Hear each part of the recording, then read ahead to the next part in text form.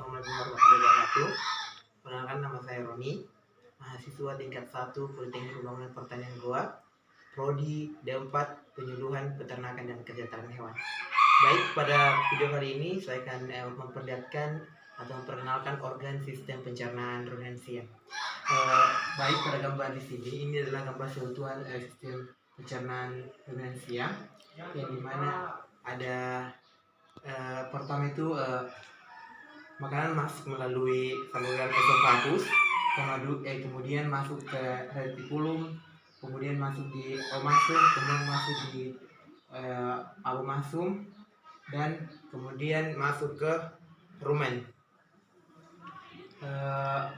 Dalam tabel ini saya menggambar berbagian lagi. Yang pertama ada nama organ, gambar dan fungsinya. Yang pertama ada esofagus yang berfungsi sebagai jalur penghubungan antara rongga mulut dan lambung. Kemudian yang kedua ada retikulum.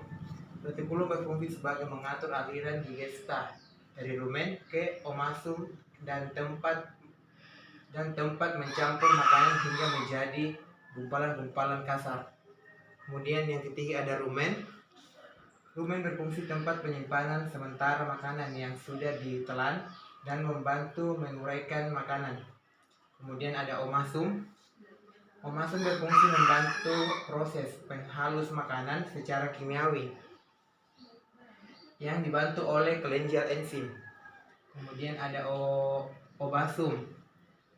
Obasum berfungsi mencerna gumpalan melalui enzim dan asam klorida yang sebagai disinfektan bagi bakteri jahat yang masuk bersama makanan. Kemudian ada pankreas. Pankreas berfungsi menghasilkan enzim pencerna atau fungsi eksokrin serta menghasilkan beberapa hormon.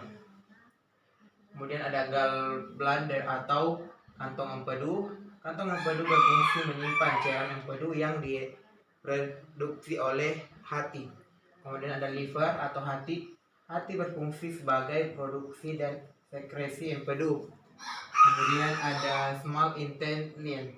Small intestine ini kata lainnya sebagai usus halus atau usus kecil yang akan mengalami pencernaan dengan bantuan enzim yang dihasilkan dari dinding usus.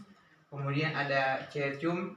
Cecum ini terdapat pula ubai cacing atau usus buntu, berguna untuk menyerap sisa air dan garam. Kemudian ada large intestine atau usus besar yang berfungsi tempat penyimpanan dan tempat penyerapan mineral dan air.